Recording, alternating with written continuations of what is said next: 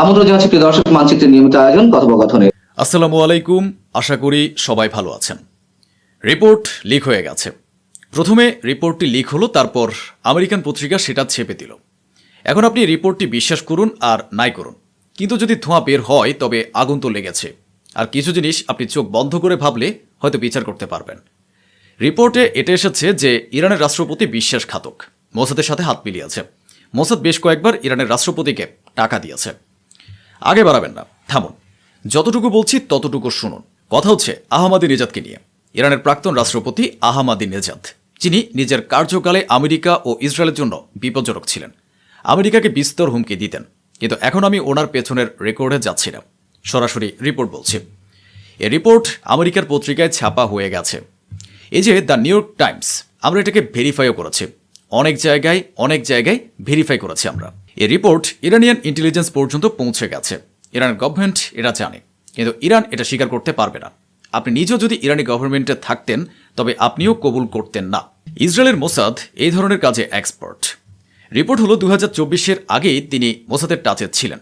এমনকি ইরানের প্রাক্তন রাষ্ট্রপতি আহমাদিনেজাদ, তিনি 2024 সালে হাঙ্গেরিতে মোসাদের লিডার ও কমান্ডারদের সাথেও দেখা করেছিলেন। এই খেলাও ফাঁস হয়ে গেছে যে তিনি অন্য উপায়ে মোসাদের কাছ থেকে বেশ কয়েকবার মোটা অঙ্কের টাকাও নিয়েছিলেন। এ তথ্য আমেরিকাকে ইসরায়েল পরে দিয়েছিল। যুদ্ধের সময়ও এই যে 41 দিন যুদ্ধ হয়েছে, ইরানের রাষ্ট্রপতি আহমাদিনেজাদ, যিনি প্রাক্তন রাষ্ট্রপতি, ওনার ব্যাপারে বলা হয়েছে যে উনি ওই সময় ইসরায়েলের সাথে টাচে ছিলেন। উনি হাঙ্গেরি গিয়েছিলেন, একটা অফিসিয়াল মিটিংয়ে যাচ্ছেন এই বাহানা করে। আর সেখানে আহমাদিনেজাদ মোসাদের এজেন্টদের সাথে দেখা করেন। এমনকি যখন ইরানের উপর হামলা হলো ততক্ষণে আহমাদিনেজাদকে পুরোপুরি নিজের দলে টেনে নিয়েছিল ইসরায়েল। আর আপনি ইরানের রেকর্ড খুলে দেখবেন, ইরানকে ভেতর থেকে নিজেদের লোকেরাই বেশি আঘাত করেছে।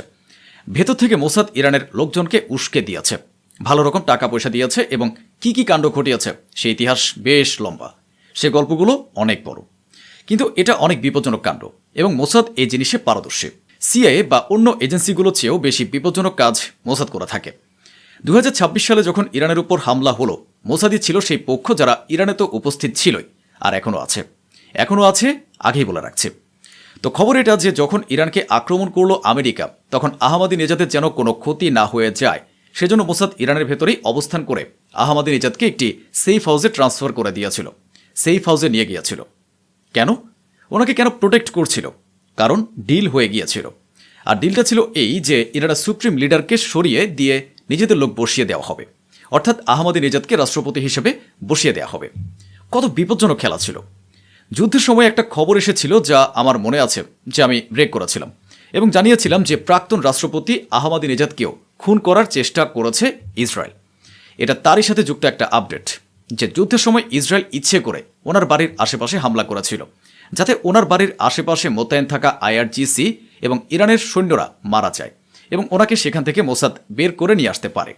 এমনকি তারা সফলও হয়েছিল এবং ইরানের প্রাক্তন রাষ্ট্রপতি আহমাদিনেজাদের বাড়ির আশেপাশে বোমাবর্ষণ করে ওখানকার সিকিউরিটি খতম করে দেওয়া হয়েছিল। এরপর মোসাদের এজেন্টরা যারা ইরানের তেহরানে ছিল তার একটা প্রাইভেট গাড়ি নিয়ে আসে এবং আহমাদিনেজাদকে নিজেদের গাড়িতে তোলে। ইরানের ভেতরে মোসাদ যে নিজস্ব সেফ প্লেস বানিয়েছিল সেখানে নিয়ে যায়। এরপর কি হয়েছিল জানা নেই। রিপোর্টে যা লেখা আছে আমি ঠিক সেভাবেই বলছি। রিপোর্টে এটি লেখা আছে যে ইনি ইসরায়েলের সেফ হাউসে, যা ইরানে ছিল, সেখানে গিয়েছিলেন ঠিকই, কিন্তু সেখানে টিকেট নেই এবং নিজেই সেখান থেকে বেরিয়ে আসেন। পালিয়ে বেঁচেছিলেন নাকি মোসাদকে যা জানিয়ে কোনো স্ট্র্যাটেজি ও প্ল্যানিংয়ের মাধ্যমে সেখান থেকে বেরিয়েছিলেন তা জানা নেই, তবে বেরিয়ে গিয়েছিলেন। এর পরের আপডেট হলো আইআরজিসি টের পেয়ে যায় যে আহমাদিনেজাদ একজন বিশ্বাসঘাতক, তাই আহমাদিনেজাদকে আইআরজিসি দ্বারা গৃহবন্দী করা হয়। হয়তো এই কারণেই এই পুরো যুদ্ধে বড় বড় কাণ্ডগুলো ঘটল। জনাবে আলী লারিজানির মতো মানুষ, যিনি ইসরায়েলের সরাসরি নিশানায় ছিলেন এবং লারিজানি জানতেন যে ইসরায়েল ওনাকে মেরে ফেলবে, তবুও তিনি রাস্তায় নেমে এসেছিলেন। আর পরবর্তীতে হলো এই যে ওনাকে শহীদ করা হলো। কিন্তু এমন অনেক সংবেদনশীল জায়গায় ইরানের প্রাক্তন রাষ্ট্রপতি আহমাদিনেজাদ সামনে আসেননি। 1-2 বার তিনি সামনে এসেছিলেন, তারপর আর আসেননি। বলা হচ্ছে এর পেছনের কারণ হলো আইআরজিসি ওনাকে গৃহবন্দী করে রেখেছে। ওদিকে ফেঁসে গেছে আরব দেশগুলো। এখন আপনারা বলবেন, ভাই কিভাবে? যারা বুদ্ধিমান তারা এ কথাটা আগে থেকে জানতো। আরব দেশগুলো আমেরিকার উপর যে ভরসা করেছে, আমেরিকা আমাদের বাঁচাবে, আমেরিকা আমাদের মার খেতে দেবে না, তা ভুল ছিল। এখন 41 দিন ধরে ইরান যখন 4 দিক থেকে প্রথমে আরবদের পিটিয়েছে, তাড়িয়ে মেরেছে এবং তারপর তাদের বাপকেও মেরেছে, আমেরিকাকেও মেরেছে, ইসরায়েলকেও মেরেছে। এ কথা সারা দুনিয়া মানে যে ইরান কিভাবে তুলোধুনো করেছে। আর দুনিয়া সমস্ত মুসলমানদের এটাই মতামত ছিল এবং ইরানও শুরু থেকে এটাই বলছিল যে আরবদের নিজেদের ক্ষমতা নিজেদের প্রযুক্তিতে তৈরি করা উচিত, আমেরিকার উপর ডিপেন্ড করা উচিত নয়। নিজেদের সৈন্যকে শক্তিশালী করুন, নিজেদের সিকিউরিটি নিজেদের হাতে নিন। এমনকি যে তোমরা একটা সুইও বানাও না, সৈন্য তোমরা ভাড়ায় আনিয়ে নাও।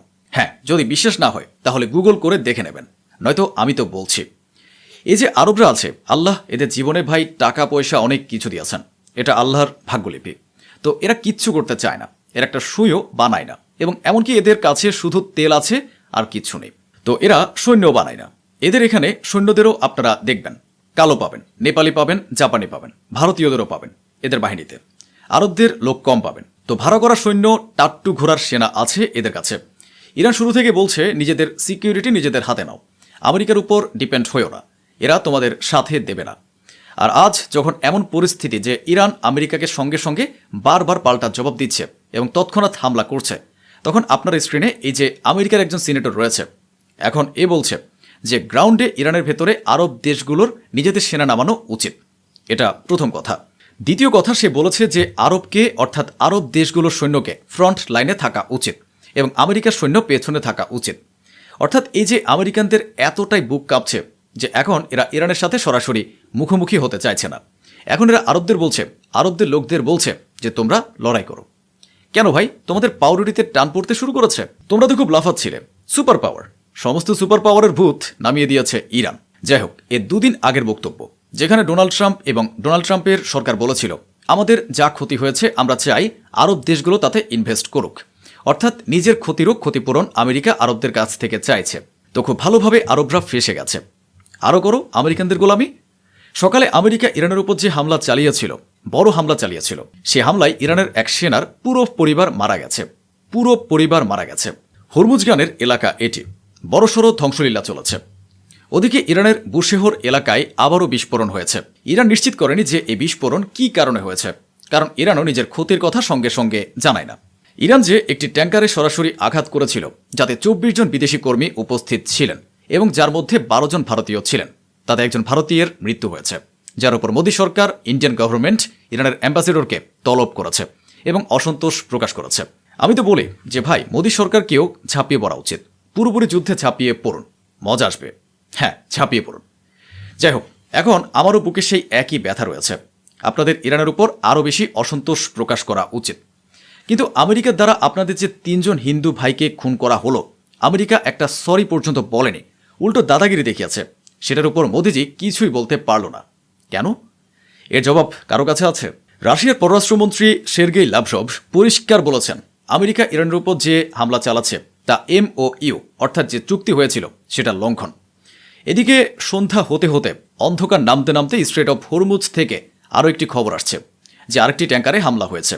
স্বাভাবিকভাবে এটি ইরানই করে থাকবে, কিন্তু এখন কে করেছে এবং সেই জাহাজটি কোথায় ছিল তা পরিষ্কার নয়। পরিস্থিতি বিগড়ে গেছে। সবচেয়ে প্রথমে সবার আগে আমি জানিয়েছিলাম যে হামলা হবে।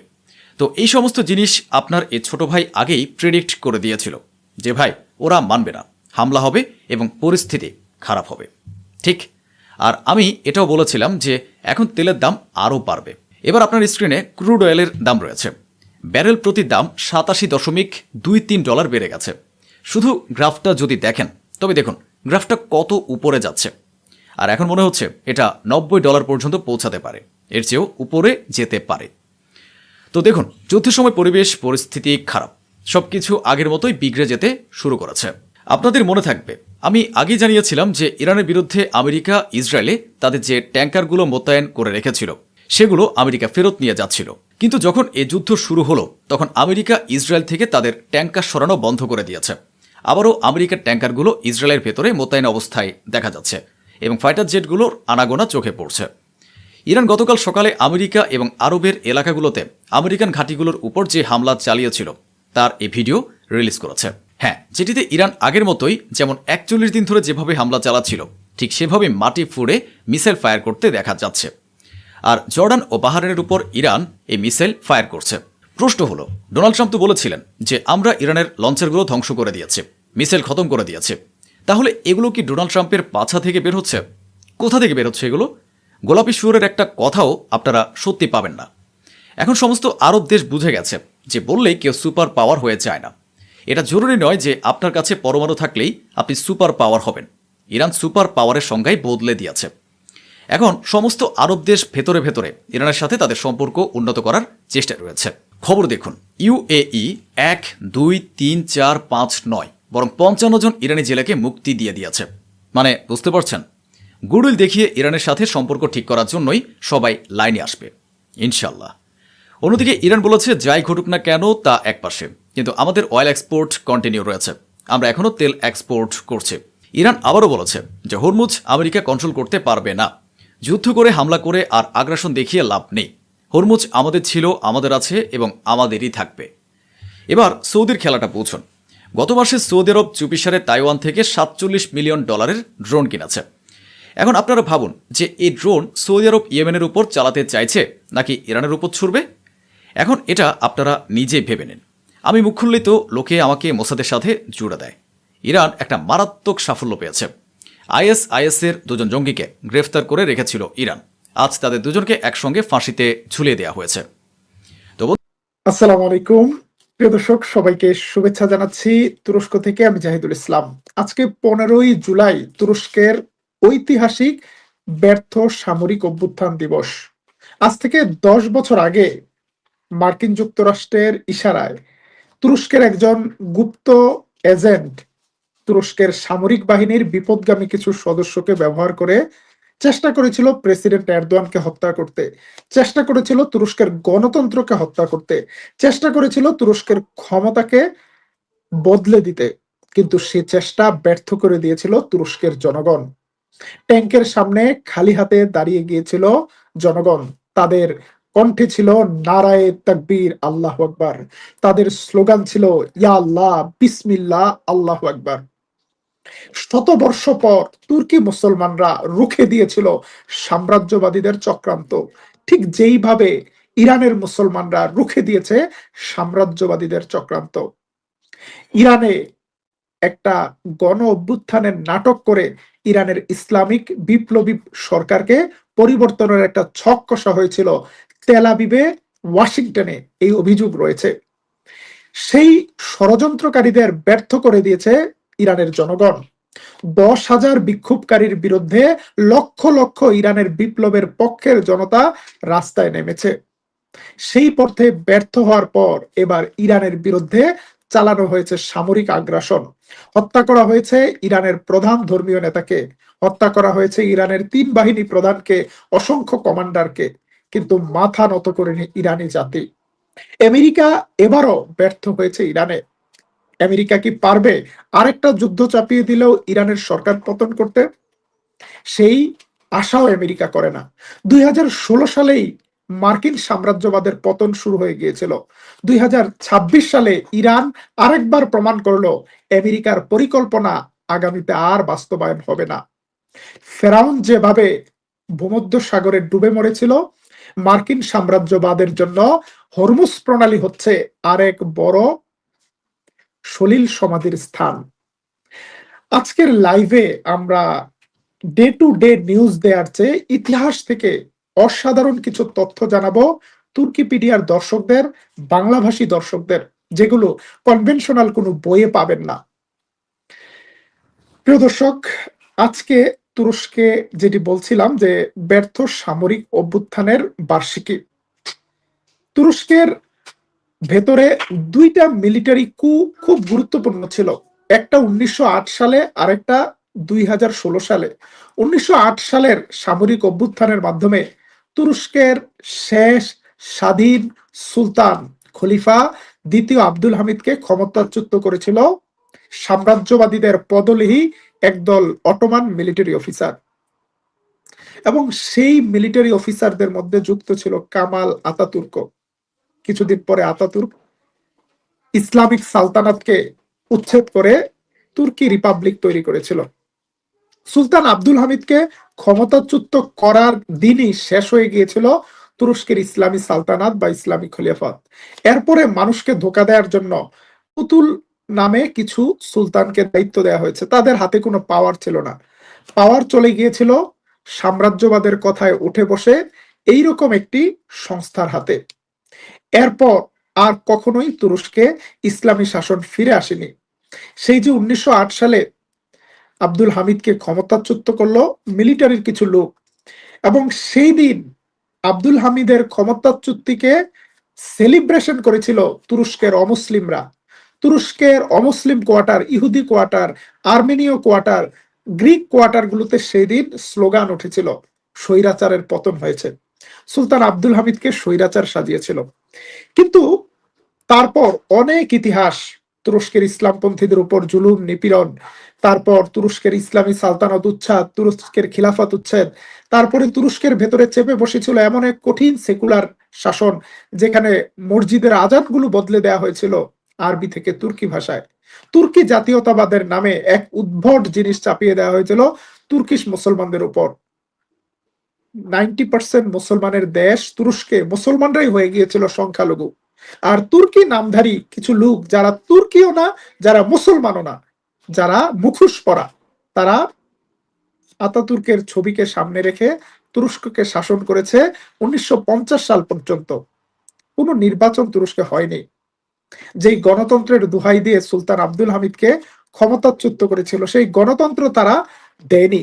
তাদের টার্গেট গণতন্ত্র ছিল না, তাদের টার্গেট ছিল মুসলিম বিশ্বের শক্তির উৎস পাওয়ার হাউস তুর্কিকে দুর্বল করা। শুধু সামরিকভাবে বা আইডেন্টিটি ভাবে তুরস্কের পরিচয় তারা বদল করেনি। তুর্কি জাতির ভেতরে যে যুদ্ধের স্পৃহা ছিল, তুর্কি জাতির ভেতরে মুসলিমদের জন্য যে ভালোবাসা ছিল, সবকিছু ধুয়ে মুছে ফেলার জন্য তারা ইহুদিদের দিয়ে তুরস্কের সিলেবাস তৈরি করেছে। ইহুদিদের দিয়ে তুরস্কের ইউনিভার্সিটির কারিকুলাম সবকিছু সেকুলারাইজ করা হয়েছে। ইসলামের নাম গন্ধ মুছে ফেলা হয়েছে। একটা ডিক্রি জারি করে তুরস্কের সকল মাদ্রাসা বন্ধ করে দেওয়া হয়েছে। যেই মাদ্রাসাগুলো থেকে শত শত বছর ধরে আলেম ওলামা তৈরি হতো, সেই মাদ্রাসাগুলো বন্ধ করে দেওয়া হয়েছিল। এই কঠিন সময় পার করে তুর্কি মুসলমানরা 1950 সাল থেকে গণতন্ত্রের লড়াই শুরু করেছে। এই গণতন্ত্রই তুরস্কের মুসলমানদের ক্ষমতায় যাওয়ার একটা রাস্তা করে দিয়েছিল। কারণ অধিকাংশ জনগণ যেখানে ভোট দিবে, তুরস্কের মতো মুসলিম মেজরিটি কান্ট্রিতে মুসলিম প্রতিনিধিরাই ক্ষমতায় আসবে।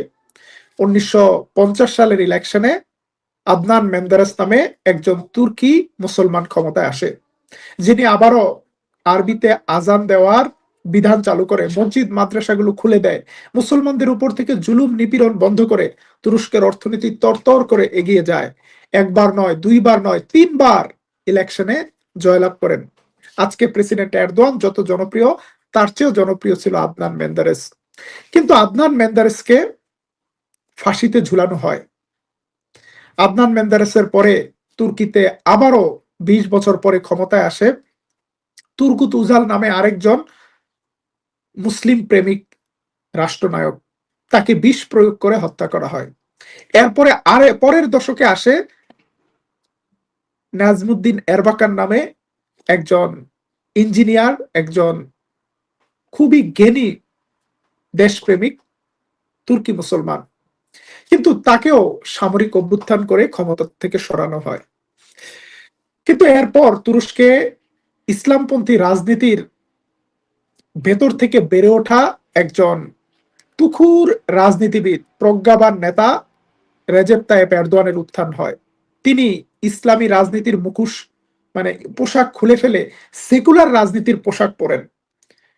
ওনার পোশাকটা ছিল সেকুলার, দলের নাম করেন সেকুলার, সবকিছু বাইরে থেকে সেকুলার, কিন্তু ভেতরে ছিল ইসলামের মাস্কের মতো সৌন্দর্য, ইসলামের কস্তুরীর মতো সৌন্দর্য। তিনি সকল সেকুলার প্রতিষ্ঠানকে ধোঁকা দিয়ে জনগণের ভোটে ক্ষমতায় আসেন 2002 সালে। 2002 থেকে 2009 সাল 11 সাল পর্যন্ত তিনি পশ্চিমাদের সাথে সুসম্পর্ক রক্ষা করেন, এমনকি ইসরায়েলের সাথে সুসম্পর্ক রক্ষা করেন, তুরস্কের অর্থনীতিকে একটা শক্তিশালী জায়গায় নিয়ে আসেন এবং ধীরে ধীরে নিজের হাতে ক্ষমতা সংহত করেন। তারপর তিনি তার আসল পলিসিগুলো বাস্তবায়ন শুরু করেন। তুরস্কের মুসলমানদের জন্য অনেক কল্যাণকর প্রজেক্ট হাতে নেন, মুসলিম বিশ্বের সাথে সম্পর্ক দৃঢ় করেন, ইরানের সাথে সম্পর্ক দৃঢ় করেন এবং মার্কিন ফরেন পলিসি থেকে নিজের দেশকে বাইরে নিয়ে একটি স্বাধীন স্বয়ংসম্পূর্ণ ফরেন পলিসি তৈরি করেন। ঠিক এই কারণে ঠিক এই কারণে এরদোয়ানকে অপছন্দ করা শুরু করে ইসরায়েল, আমেরিকা, সিআইএ, পশ্চিমারা। তাদের সবার চক্ষু শুল হয় প্রেসিডেন্ট এরদোয়ান। আমাদের একজন দর্শক কমেন্ট করেছেন, আপনি তুরস্কে থাকেন সেই জন্য এরদোয়ানের গুণগান করেন। এরদোয়ান এত কিছু ঘটনার পরেও পেছন দিয়ে ইসরায়েলের সাথে সম্পর্ক রক্ষা করেছেন, এর চেয়ে দুঃখ আর কি হতে পারে। যাই হোক, আপনারা যারা এই কমেন্ট করেছেন আমার আলোচনাটি শুনুন, তাহলে বুঝতে পারবেন এরদোয়ান কেন ইসরায়েলের সাথে সম্পর্ক রক্ষা করেছিল বা এখন কেন আমেরিকার সাথে সম্পর্ক রক্ষা করছে। প্রিয় দর্শক, 2016 সালে এরদোয়ান হয়ে যায় আমেরিকার পশ্চিমাদের সবচেয়ে বড় মাথা ব্যথা, যাকে ভোটের রাজনীতিতে ক্ষমতাচ্যুত করার কোনো কৌশল কাজ হয়নি। প্রত্যেকটি নির্বাচনে এরদোয়ানকে পরাজিত করার জন্য পশ্চিমারা পেছনে দাঁড়িয়েছিল সেকুলারদের, টাকা পয়সা, প্রপাগান্ডা, মিডিয়া সবকিছু দিয়েছিল। কিন্তু এরদোয়ান জাতির জন্য দিন রাত যে কাজ করেছে, জাতি দেখেছে এরদোয়ান তার দেয়া প্রত্যেকটি প্রতিশ্রুতি রক্ষা করেছে। এরদোয়ানের সময় তুরস্কের অর্থনীতি কয়েক গুণ বেড়ে যায়। তুরস্কে যেখানে মানুষ বাড়ি ভাড়া দিতে কষ্ট পেত, সেখানে প্রত্যেক তুর্কির একটা করে ফ্ল্যাট হয়, সরকারিভাবে ফ্ল্যাট তৈরি করে বিতরণ করা হয়। প্রত্যেক তুর্কির গাড়ি হয়, মসজিদের মুয়াজ্জিন ইমামদের পর্যন্ত গাড়ি হয়। তুরস্কের অর্থনীতির এই অবিস্মরণীয় উত্থানে শুধু তুরস্কের ইসলামপন্থীরা না, সেকুলাররাও এরদোয়ানকে ভোট দেয়। যে কারণে কোনোভাবে এরদোয়ানকে ক্ষমতাচ্যুত করা সম্ভব না দেখে এই সাম্রাজ্যবাদী চক্র দেশের ভেতরে থাকা একটি চক্রকে ব্যবহার করে 2016 সালে সামরিক অভ্যুত্থানের মাধ্যমে এরদোয়ানকে ক্ষমতাচ্যুত করার চেষ্টা করে। আজকের এই দিনে 15ই জুলাই এরদোয়ান তার পরিবার সহ মারমারিস নামে একটি শহরে অবকাশ যাপন করছিলেন। সেই সময় প্রেসিডেন্ট এরদোয়ানকে হত্যা করার জন্য একটি গুপ্তঘাতকের দল হেলিকপ্টারে করে রওনা দেয় প্রেসিডেন্ট এরদোয়ানের হোটেলের দিকে। অন্যদিকে আরেকটি গ্রুপ মিলিটারি, তারা তুরস্কের বসফরাস ব্রিজের উপরে অবস্থান নেয়। কিছু মিলিটারি যে টেলিভিশন সেন্ট্রাল দখল করে একটার পর একটা জায়গা দখল করা শুরু করে। রাত হওয়ার পর থেকেই 11টা 12টার দিকে মিলিটারির মুভমেন্ট শুরু হয়। সাথে সাথে তুরস্কের গোয়েন্দারা প্রেসিডেন্ট এরদোয়ানকে জানিয়ে দেন প্রেসিডেন্ট এরদোয়ান মুহূর্তের মধ্যেই হোটেল ছেড়ে নিরাপদ স্থানে চলে যান এবং তিনি সেখান থেকে সিএনএন তুর্ক টেলিভিশন চ্যানেলে থাকা সাংবাদিককে ফোন দেন, বলেন আমার এই ভিডিও কলের বক্তব্য টেলিভিশনে লাইভ প্রচার করে দাও। প্রেসিডেন্ট এরদোয়ান বলেন, হেই সম্মানিত তুর্কিশ জাতি, আপনারা রাস্তায় নেমে আসুন। আপনাদের জাতির স্বপ্ন আকাঙ্ক্ষা ছিনতাই করার জন্য আন্তর্জাতিক চক্রান্ত চলছে, মিলিটারিকে রাস্তায় নামানো হয়েছে, আপনারা সবাই জাতীয় পতাকা নিয়ে রাস্তায় নামুন। এরদোয়ানের একটি ঘোষণায় হাজারো লক্ষ মানুষ রাস্তায় নেমে আসে এবং ইস্তাম্বুল, আঙ্কারা সহ প্রতিটি শহরে মানুষ নারাই তাকবীরের স্লোগান তোলে এবং মসজিদে মসজিদে প্রত্যেকটি মসজিদ থেকে শুরু হয় একের পর এক ইসলামী বিভিন্ন তার্কিশ ভাষায় সেনা বলে একটা ইসলামিক স্লোগান।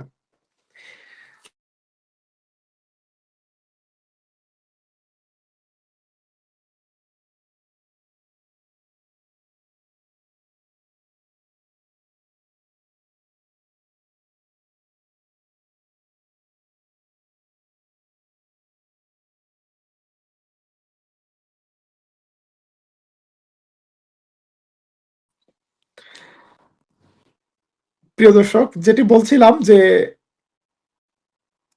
তুরস্কের মুসলমানরা সেই দিন বুঝতে পেরেছিল যে আজকে যদি এরদোয়ানকে হত্যা করা হয়, এরদোয়ানের ক্ষমতাচ্যুত করা হয়, তাহলে তাদের কপালে নেমে আসবে সেই অতীতের জিল্লতি। যে কারণে মানুষ খালি হাতে রুখে দিয়েছিল এই সামরিক অভ্যুত্থান, ট্যাঙ্কের সামনে শুয়ে পড়েছিল এবং সেই দিন 100 বছর পরে সুলতান আব্দুল হামিদকে ক্ষমতাচ্যুত করান পাল্টা স্লোগান উঠেছিল, লা ইলাহা ইল্লাল্লাহ, নারে তাকবীর, আল্লাহু আকবার। আমরা সেই দিনের রাজপথের একটা স্লোগান আপনাদেরকে দেখাচ্ছি।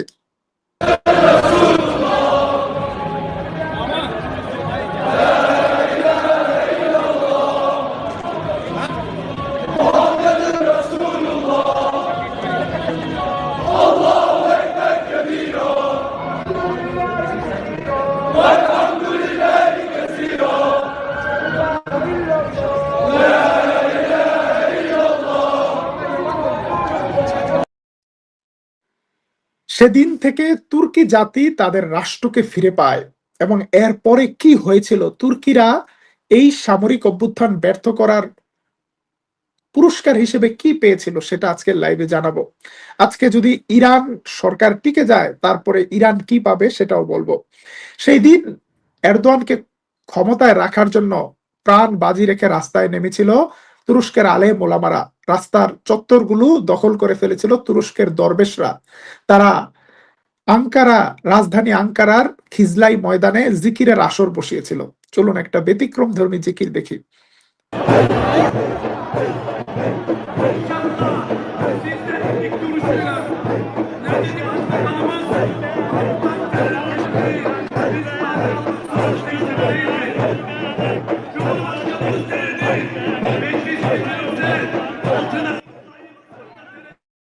আপনারা বাংলাদেশে হয়তো এই স্টাইলের জিকির দেখেননি। এটি নকশেবন্দি তরিকার জিকির। বাংলাদেশের বেশিরভাগ সুন্নি মুসলমানরা কাদেরিয়া তরিকার অনুসারী, কিন্তু তুরস্কের মুসলমানরা নকশেবন্দি তরিকার অনুসারী। নকশেবন্দি তরিকার একজন সুফি মাঝখানে থাকেন আর সবাই গোল হয়ে দাঁড়ান, একজন আরেকজনের হাতে হাত রেখে জিকির করেন। তাতে তাদের বন্ধুত্ব বাড়ে, আবার আল্লাহর জিকিরে তারা মশগুল হয়ে পড়েন।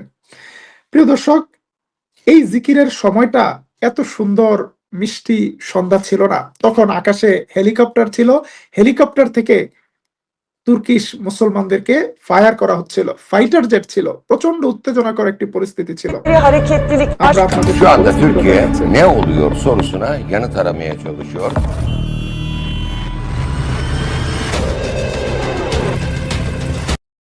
যেমনটা আপনারা দেখছিলেন যে হেলিকপ্টার চলছে, ফাইটার জেট উঠছে এবং ট্যাঙ্ক রাস্তা দখল করে ফেলেছে। একটার পর একটা সরকারি কার্যালয় দখল tüm করছে আর্মিরা। yurtlara sıkı yönetim ilan edilmiştir. জরুরি অবস্থা জারি করেছে সামরিক বাহিনী। Yönetime el koymuş. Direnen kalabalık var. Doğrudan ateş edilsin. মানুষ রাস্তায় নেমে এসেছে।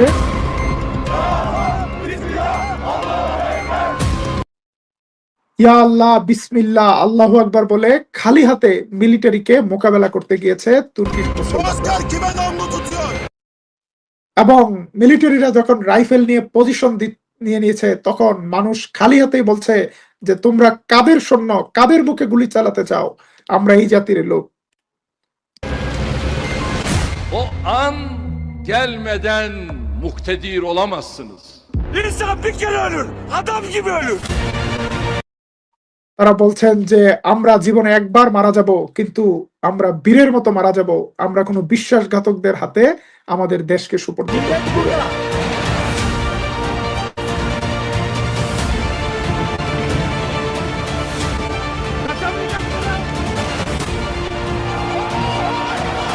Hainlerin eline bırakmayacağız bu ülkeyi. Bomba da atladık buradayız.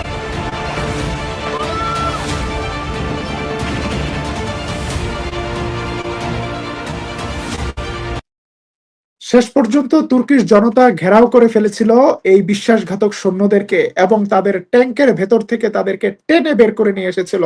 খালি হাতেই তাদেরকে শায়েস্তা করেছিল সেদিন।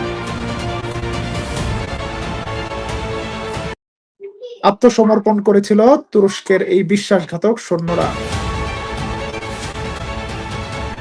Selam olsun tanka karşı dimdik duran kahramanlara. President Erdogan বলছেন, আমার সালাম সেই বীরদের জন্য যারা ট্যাঙ্কের সামনে খালি হাতে দাঁড়িয়ে গিয়েছিল। Helal olsun bu yiğitleri doğuran eli öpülesi analara. Erdogan বলছেন, সেই মায়েদেরকে আমি সেলুট জানাই যারা এই ধরনের বীর সন্তানদেরকে জন্ম দিয়েছিল। Helal olsun Çanakkale ruhunu yaşatanlara. এবং আমি সম্মান জানাই যারা চাণক্যকালে যুদ্ধের সময়, গালিপুলি যুদ্ধের সময় ব্রিটিশদের, ফরাসিদের মোকাবেলা করেছিল, সেই স্পিরিট আজকেও ধারণ করেছে। প্রিয় দর্শক, সেই দিন কিছু মানুষ ইমানের বলে বলিয়ান হয়ে কিভাবে এই মিলিটারির দিকে এগিয়ে গিয়েছে, একটা দুর্লভ ছবি দেখি। আর্মিরা ব্রিজ দখল করে রেখেছে। একজন তুর্কি মুসলমান কালেমা পড়তে পড়তে মোটরসাইকেল নিয়ে এগিয়ে যাচ্ছে আর্মিদের দিকে। যে কোনো সময় গুলি করতে পারে এবং গুলিও করে দিয়েছে, কিন্তু বেপরোয়া।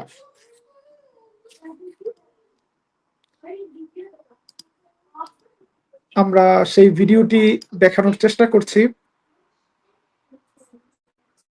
আপনারা দেখছেন মোটরসাইকেলে করে একজন তুর্কিশ মুসলমান এগিয়ে যাচ্ছে আর্মির বিরুদ্ধে, গুলি হলো এবং মাটিতে লুটিয়ে পড়লো। এইরকম ঘটনা একটি নয়, এইরকম ঘটনা অনেকটি। আজকে ইরান যেভাবে